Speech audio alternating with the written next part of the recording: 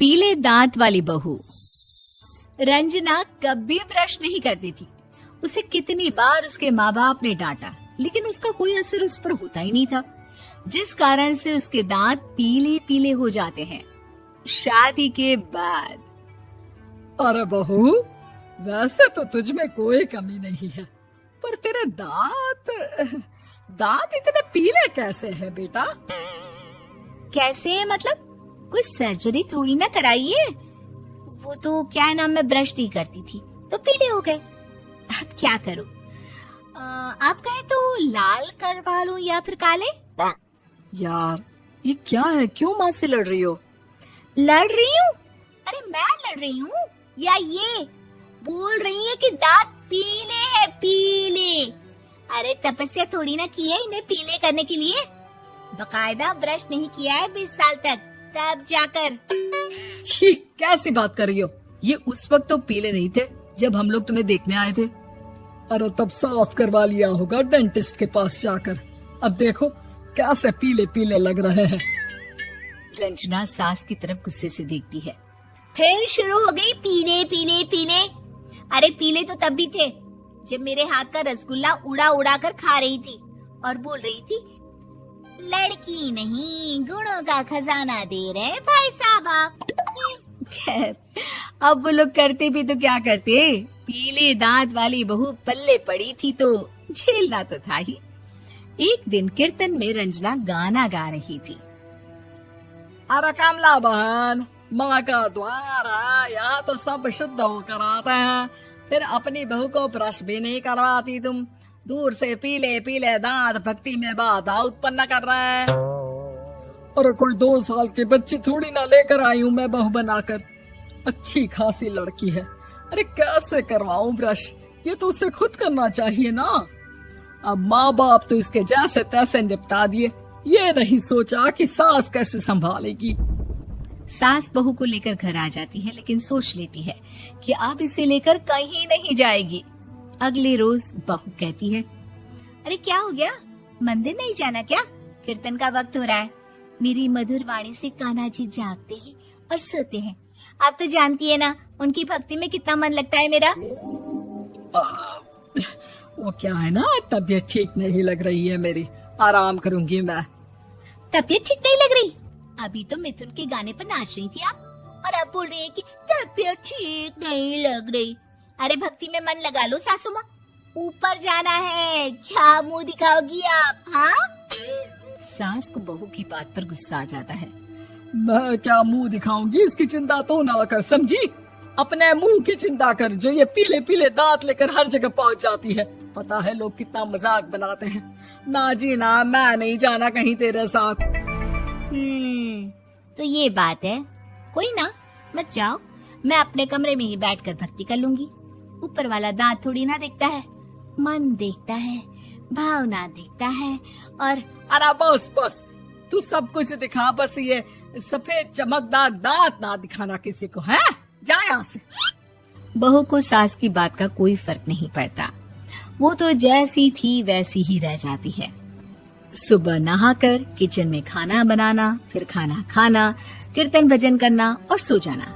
एक दिन, माँ जी मैं सहेली के घर जा रही हूँ, शाम को लेट आऊंगी।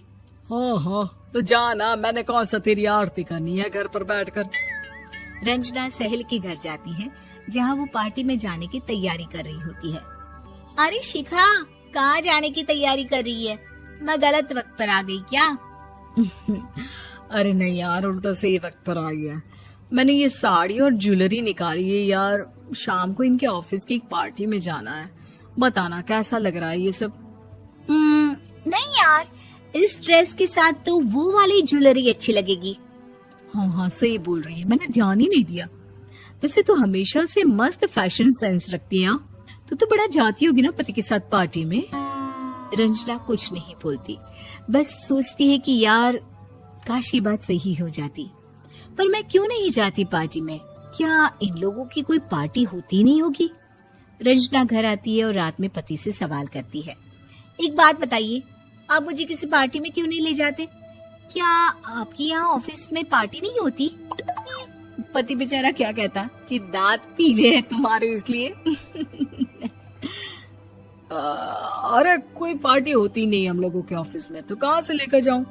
और मार्केट, मॉल, कहीं वीकेंड घूमना, कहीं तो।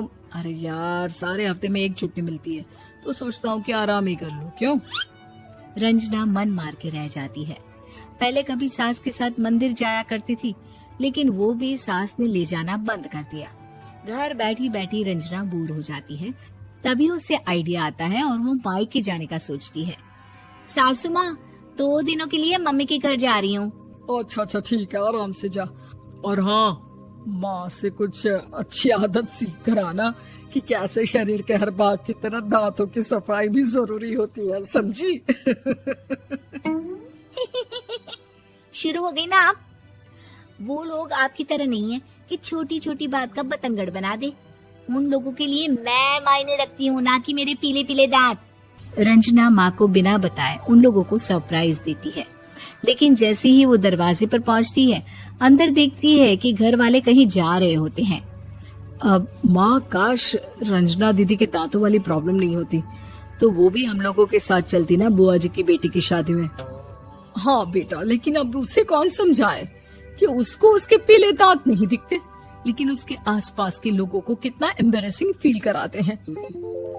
मुझे तो कितनी बार उसके स्कूल की टीचर ने शिकायत की कि उसके साथ कोई लड़की बैठना भी नहीं चाहती, और ना ही कॉलेज में कोई उससे बात करना चाहता था।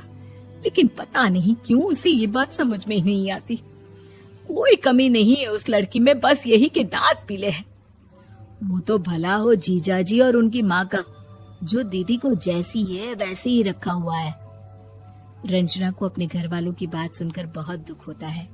वो सोचती है कि वो क्या करे, लेकिन फिर वो सीधा डेंटिस्ट के पास जाती है, अपने दांत चमकाती है और कसम खाती है कि वो रोज ब्रश करेगी। अरे क्या हो गया? तुम तो 2 दिनों के लिए गई थी ना? पर कोई ना, अच्छा है, चलो आ गई तो।